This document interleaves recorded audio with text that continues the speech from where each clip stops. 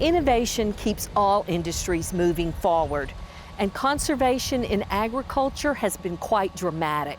As a result, today, no-till is a big deal.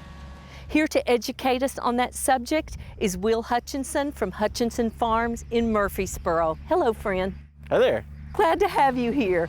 Will, start by telling us about your farm, because it truly is a family farm, right?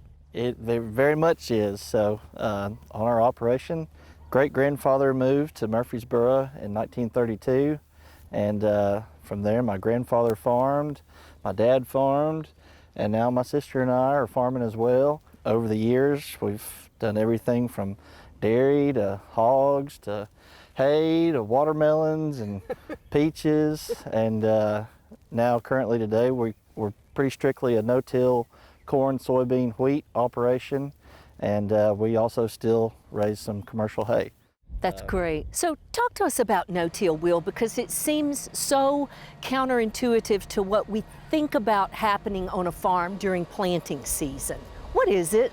Yeah, so no-till is kind of just like it sounds. We do not disturb the soil like a lot of people still think about farming, as to go turn the soil and work it and disc it and get it looking a lot like you would kind of a garden. That's not at all what we do anymore.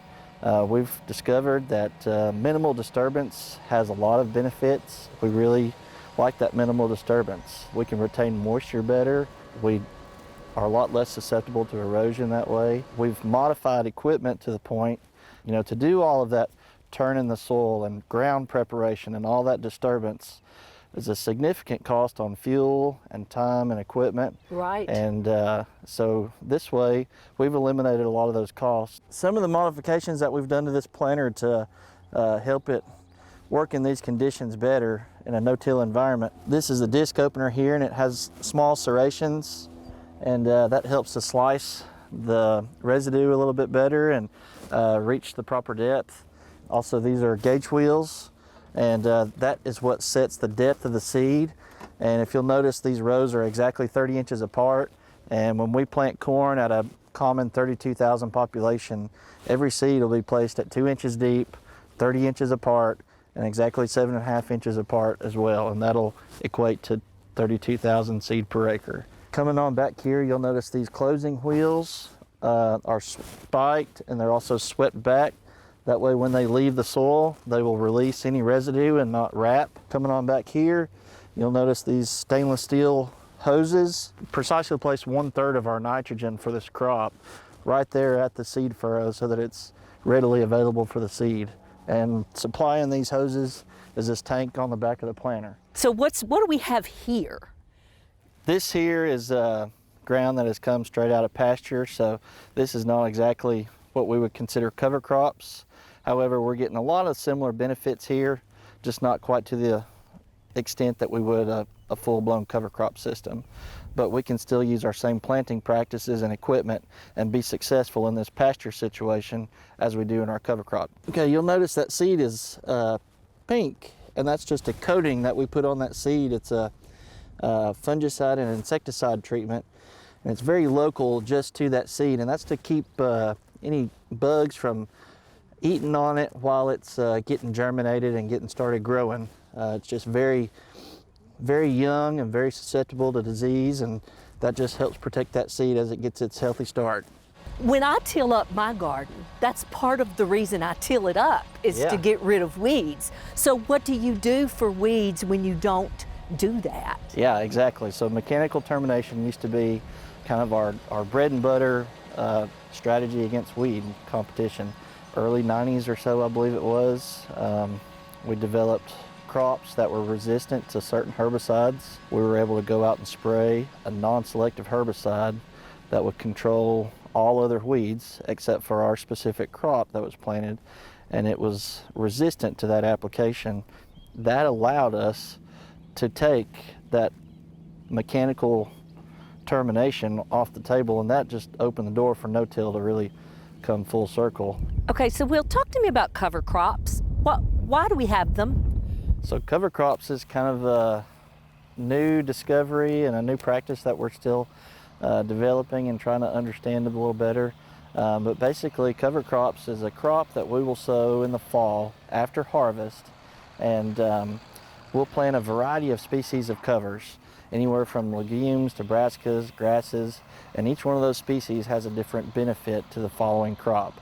So a legume naturally produces its own nitrogen.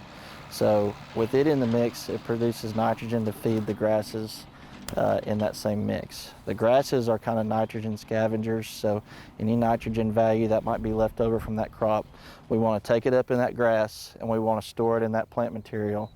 And the brassicas are known for putting down a really deep taproot, and they can be known for trying to create some airspace and bring up nutrients from deep in the soil. In the springtime, we'll come through and we'll roll those down flat, and we'll plant directly into it. As that plant material breaks down, we get a lot of benefits from that in the following crop. The first benefit is it's a lot like when you mulch your garden. You put mulch out, and that's to keep the weeds down, that's to keep the soil temperature cooler, and that's to hold moisture. Yeah, hold moisture.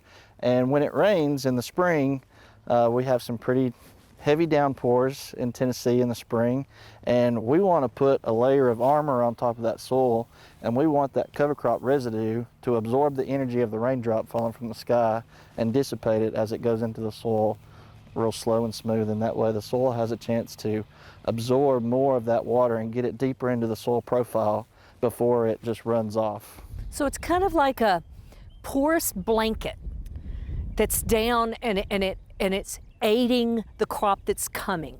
It is. Will, does no-till work for all of the crops that you plant, corn, wheat, soybeans? It does. We can plant all three crops in a no-till environment, depending on some fertilizer strategies. We might do a really light tillage called a vertical till pass. We're only going to disturb the top 2 inches or less of soil. Wow. And that's really just to get better stratification of our fertilizer application. That makes my heart happy. I mean, and it's got to make the land happy too. And what about your yields? Have you seen different yields from no-till versus the traditional way of doing things? It certainly takes some adaptation and some years to kind of get all the bugs worked out of the system. Yeah. But we really had to modify our planting equipment. No, I'd say our yields are right on par with where we expect them to be. How many acres do you farm? About 4,000 acres. That's a lot of acres. Well, it keeps us all busy. Yes, so, it does, and out of keeps us trouble, as busy. Mother would say.